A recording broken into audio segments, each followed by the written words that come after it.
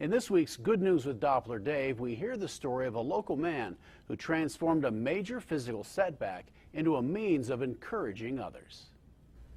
Mark Phillips enjoys making wooden crafts.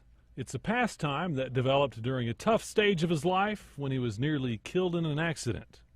I first started working with wood after a near-death motorcycle accident, just as therapy to regain some use of my hands. I started making little crosses. Mark continued making crosses as part of physical therapy, but suffered yet another serious setback, being diagnosed with cancer. He started taking his handmade cross for his own personal strength during treatments. The first one I made was one that I took with me to Harrington when I would go for my chemo treatments, just to hang on to, just to remind me that I wasn't there alone. Mark found that his cross was attracting the attention of others in challenging situations, who began sharing their own stories. People started asking me what I was holding, and they wanted to see it, and they wanted me to make them one, or one for their friend or loved one. He quickly recognized that his crosses were creating the opportunity to reach out and encourage others. Now he always carries a bag full of crosses to offer people. He has also compiled a collection of personal stories shared by others that he has encouraged. He calls them crosswords. So people started to notice that you had a cross. Right. I had it in my hand just sitting in that chair when I'd get my chemo, and nurses or other people would say, "What are you holding there, Mark?"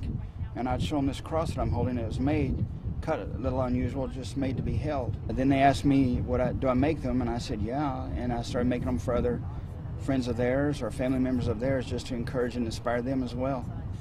I started posting stories because I kept a little box of these little crosses in my vehicle, and I would be out just in everyday life. I'd be at the drive-thru of a fast food restaurant, and I'd ask the person there how their day was going, and they might tell me a little bit of their life. So, oh, it's not going too well. I had a flat tire on the way to work, or I'm behind on my bills, or some kind of illness or something in their life.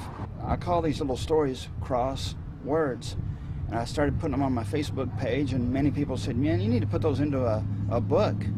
They're very inspirational, very encouraging, so I did. Crosswords, Mark's book of encouraging stories generated by his handmade crosses, is available on Amazon.